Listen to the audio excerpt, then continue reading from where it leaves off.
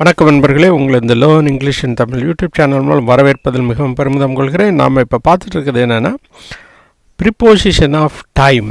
டைமை பற்றி உபயோகிக்கிற ப்ரிப்போசிஷன் என்னென்ன, அது எவ்வாறு டைமுக்காக உபயோகப்படுகிறது. உதாரணத்துக்கு அட், இன், ஆன், பை.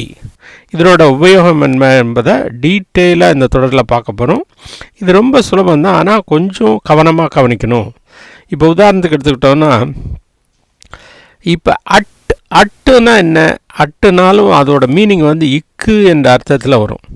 ரைட்டா? இக்கு என்ற அர்த்தத்தில் வரும். அது பெரும்பாலும் எப்படி வரும்? குறித்த நேரத்தில், ஸ்பெசிஃபிக் டைம், ஒரு குறிப்பிட்ட நேரத்தில், ஸ்பெசிஃபிக் டைம். எப்படி சார்? இந்த ட்ரெயின் என்ன சொல்லுது? 5 மணிக்கு வந்துச்சு. 5 மணிங்கிறது என்னது? குறித்த நேரம். எப்படி வரும்? த ட்ரெயின் அரைவ்ஸ் அட் 5 PM. ரைட்டா? இதே இது கிளம்புதுன்னு வச்சுக்கோங்க. எப்படி சொல்லுவோம்? ட்ரெயின் கிளம்புது. Train departs at 9 PM. கரெக்டாக ஷார்ப்பாக 9 PM கிளம்பும். இது ரெண்டுமே குறித்த நேரம். அப்போ என்ன போடணும்? அட்டு போடணும். புரியுதா? அடுத்து இப்போ நம்ம என்ன சொல்கிறோம்? ஐ don't want to study at lunch time. Lunch time குறித்த நேரமாக இருந்தாலும் லஞ்சுக்குன்னு ஒரு டைம் இருக்குது. அந்த டயத்தில் அப்படின்னு ஒரு குறிப்பிட்ட நேரம் தான் இது அந்த எக்ஸாக்ட் டயத்தாக இல்லாட்டாலும் கொஞ்சம் அந்த லஞ்ச் டைம்ங்கிறது ஒரு பீரியட் ஆஃப் டைம். அந்த பீரியட் ஆஃப் டயத்தில் நான் இதை விரும்ப மாட்டேன் அப்படிங்கிற மாதிரி சொல்லும்போது, படிக்க விரும்ப மாட்டேன். லஞ்ச் டயத்தில், மதிய உணவு நேரத்தில், அந்த மாதிரி வரும் பொழுது இல் என்ற அர்த்தத்தில் வரும் இல்லையா? I don't want to study at lunch time. அடுத்து ஒரு உதாரணம், குறித்த நேரம்னு சொல்கிறோம். இப்போ I don't like going out night. நைட்டுங்கிறது ஒரு குறித்த நேரம், அதனால் நைட் டைம். ரைட்டா? At mid night. மிட் நைட்டுங்கிறது என்னது? ஒரு குறித்த நேரம். அட் நூன், அது ஒரே அந்த குறித்த நேரம் தான். நூனுக்கு முன்னும் கிடையாது பின்னமும் கிடையாது, அந்த செகண்ட் மட்டும்தான். அதனால் அட் நூன். ரைட்டா? ஆனால் இந்த மார்னிங்னு சொல்லுவோம் இல்லையா? இப்போ நம்ம நைட்டுங்கிறது அட் நைட்டுன்னு தான் சொல்லணும். ஐ don't like going out at night. வெளியில் போக விரும்ப மாட்டேன் இரவு நேரத்தில். குறித்த நேரம். இதெல்லாம் அட்டு எப்படி யூஸ் பண்ணுறோன்னு இப்போ உங்களுக்கு புரிஞ்சிருக்கும்னு நம்புகிறேன். இன்னும் சில உதாரணத்தையும் பார்த்துடலாம். அந்த கன நேரத்தில், அந்த குறித்த நேரத்தில்னு சொல்கிறோம்ல, அந்த கன நேரத்தில் என்ன பண்ணிகிட்ருக்கேன்? I am singing at the moment. இப்போ நான் என்ன பண்ணிகிட்ருக்கேன்? பாடிட்டுருக்கேன் அப்படின்னு சொல்கிறத I am singing at the moment. I am singing at the moment அப்படின்னு சொல்லுவோம். கன நேரத்தில் நடக்கக்கூடியது, அந்த நேரத்தில், அந்த மாதிரி அர்த்தத்தில் வரும் பொழுது இன். அடுத்து இன்னுனாலும் அதுதான், ஆனால் இது குறிப்பிட்ட நாளில். ரைட்டா? இது நாளில், அது வருஷமாக இருக்கலாம், மாதமாக இருக்கலாம், சீசனாக இருக்கலாம், எப்படி வேணாலும் இருக்கலாம். My family migrated to London in 2005. 2005ங்கிறது ஒரு வருடத்தை குறிக்கின்றது இல்லையா? வருடங்களை குறிக்கும் பொழுது இன்னும் தான் போடணும். ரைட்டா? ரெண்டாவது, we celebrate Diwali in November. பொதுவாக தீபாவளி எப்போ தான் செலிப்ரேட் பண்ணுவோம்? நவம்பரில் தான் செலிப்ரேட் பண்ணுவோம். அப்போ அது ஒரு குறிப்பிட்ட நாளில் இருந்தாலும் அந்த மாதத்தை குறிக்குது, அதனால் இன் நவம்பர். ரைட்டா? We take bath in the morning. ஒரு நாளில் ஒரு குறிப்பிட்ட பீரியட் ஆஃப் டயத்தை குறிக்கும் பொழுது இப்படி சொல்லணும். We take bath in the morning. We ate biryani in the afternoon. ரைட்டா? We went to movie in the evening. அந்த மாதிரி. அப்போ மார்னிங், ஆஃப்டர்நூன், ஈவினிங் எதுவுமே என்ன தான் போடணும்? இன் தான் போடணும். புரியுதா? அடுத்த ஒரு உதாரணத்தையும் பார்த்துடலாம். இப்போ மை செமஸ்டர் அல்லது I have semester exams in 2 weeks. 2 weeksங்கிறது 2 வாரத்தில், அந்த இல் என்ற அர்த்தத்தில் வருது இல்லையா? I have semester exam in 2 weeks. அப்போ இன்னு தான் போடணும். இப்போ ஆன் எப்போ சார் யூஸ் பண்ணோன்னா, பொதுவாக 2 இடங்களில் ஆன் யூஸ் பண்ணோம். இதுவும் இல் தான்.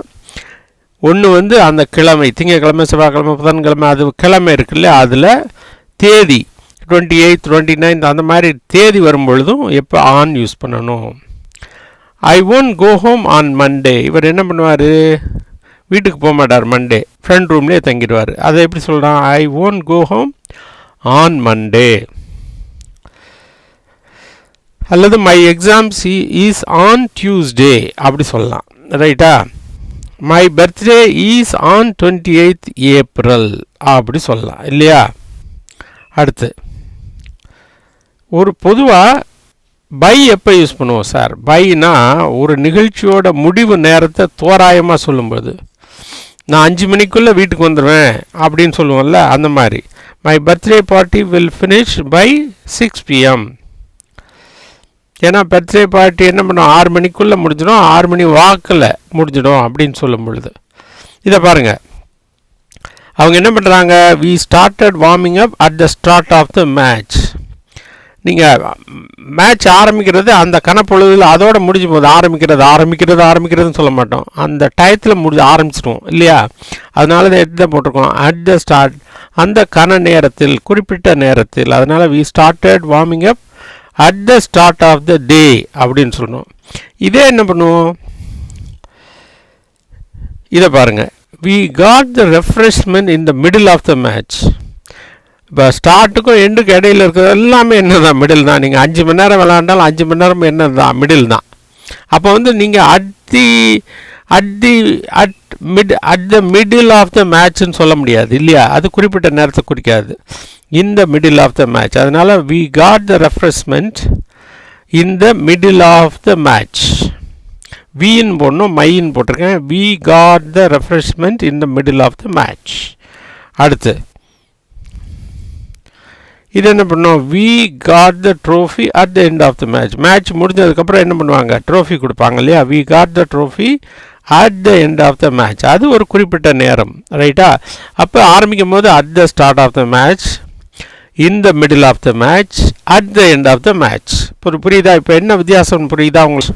இந்த சேனலை பார்த்து கொண்டு இருக்கும் அனைத்து அன்பர்களுக்கும், உங்கள் வீட்டு பக்கத்தில் தமிழ் வழியில் படிக்கும் மாணவ மாணவிகள், கல்லூரி அன்பர்கள், ஆங்கிலத்தை எழுத படிக்க வரும் தமிழ் நண்பர்கள் இருந்தால் இந்த சேனலை பற்றி எடுத்து சொல்லுங்கள். இந்த சேனலை நீங்கள் சப்ஸ்கிரைப் பண்ணலைன்னா ப்ளீஸ் சப்ஸ்கிரைப் பண்ணுங்கள். அதோடு மட்டும் இல்லாமல் இந்த பெல் ஐக்கானை கிளிக் பண்ண மறந்துடாதீங்க. அப்படி கிளிக் பண்ணனால நாங்கள் போடுற வீடியோக்கள் அனைத்தும் உங்களுக்கு உடனுக்குடன் வந்து சேரும் என்பதை இதன் மூலம் தெரிவித்துக் கொள்கிறோம். மேலும் இந்த சேனலின் பயன் உலகம் முழுமைக்கும் உள்ள தமிழ் பேசும் நமது சொந்தங்களுக்கு சென்றடைய இந்த சேனலை பற்றிய விவரங்களை வாட்ஸ்அப்பிலோ அல்லது ஃபேஸ்புக்கிலோ ஷேர் பண்ணுங்க என்றும் தாழ்மையுடன் கேட்டுக்கொள்கிறேன். நண்பர்களே, நன்றி, வணக்கம். மீண்டும் சந்திப்போம் அடுத்த ஒரு புதிய தொடரில். இந்த சேனலை பார்த்து கொண்டிருக்கும் அனைத்து அன்பர்களுக்கும், உங்கள் வீட்டு பக்கத்தில் தமிழ் வழியில் படிக்கும் மாணவ மாணவிகள், கல்லூரி அன்பர்கள், ஆங்கிலத்தை எழுத படிக்க வரும் தமிழ் அன்பர்கள் இருந்தால் இந்த சேனலை பற்றி எடுத்து சொல்லுங்கள். இந்த சேனலை நீங்கள் சப்ஸ்கிரைப் பண்ணலைன்னா ப்ளீஸ் சப்ஸ்கிரைப் பண்ணுங்கள். அதோடு மட்டும் இல்லாமல் இந்த பெல் ஐக்கானை கிளிக் பண்ண மறந்துடாதீங்க. அப்படி கிளிக் பண்ணனால நாங்கள் போடுற வீடியோக்கள் அனைத்தும் உங்களுக்கு உடனுக்குடன் வந்து சேரும் என்பதை இதன் மூலம் தெரிவித்துக் கொள்கிறோம். மேலும் இந்த சேனலின் பயன் உலகம் முழுமைக்கும் உள்ள தமிழ் பேசும் நமது சொந்தங்களுக்கு சென்றடைய இந்த சேனலை பற்றிய விவரங்களை வாட்ஸ்அப்பிலோ அல்லது ஃபேஸ்புக்கிலோ ஷேர் பண்ணுங்க என்றும் தாழ்மையுடன் கேட்டுக்கொள்கிறேன். நண்பர்களே, நன்றி, வணக்கம். மீண்டும் சந்திப்போம் அடுத்த ஒரு புதிய தொடரில்.